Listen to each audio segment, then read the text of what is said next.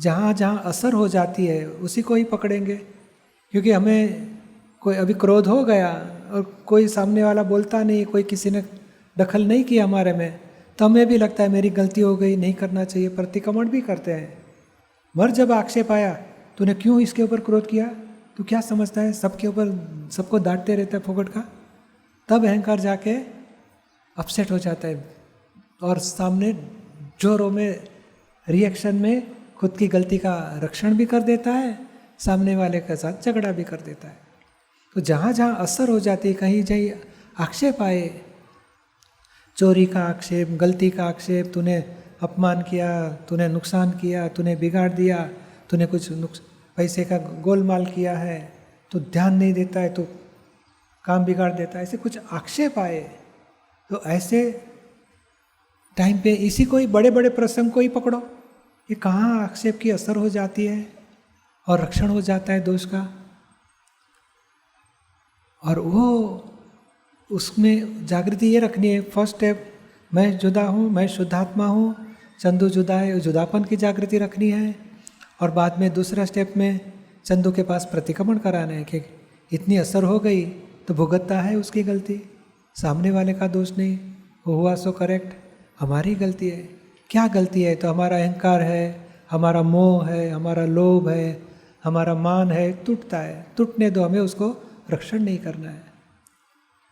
और उपकार मानना है, हमारी बुद्धि बताएगी साले को ऐसा करेंगे, उसको ये कर देंगे, तो कि नहीं, हमें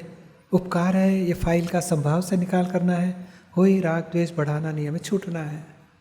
ऐसे हर स्टेप में जहाँ जहाँ आक्षेप आए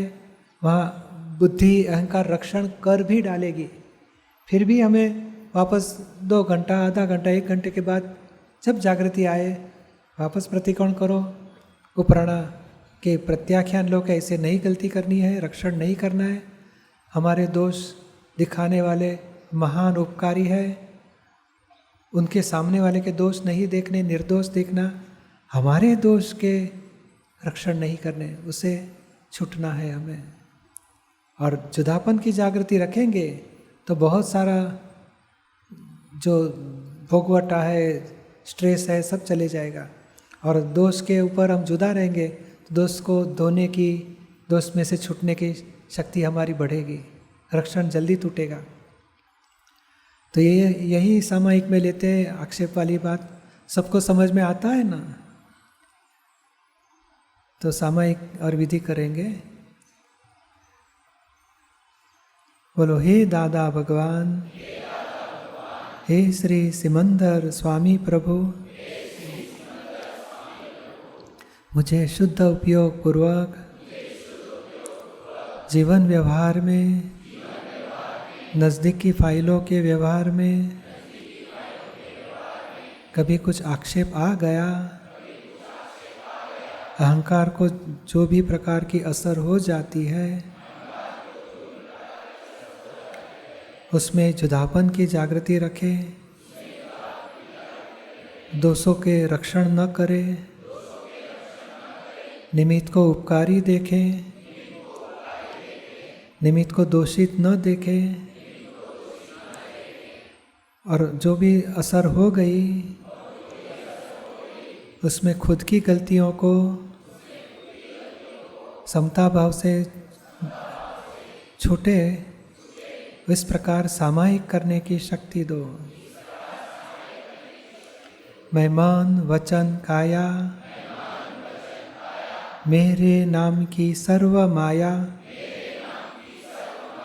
भाव कर्म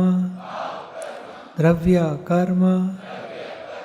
नो कर्म, हे दादा भगवान, आप प्रगट परमात्मा स्वरूप प्रभु के सुचरणों में समर्पित करता हूँ।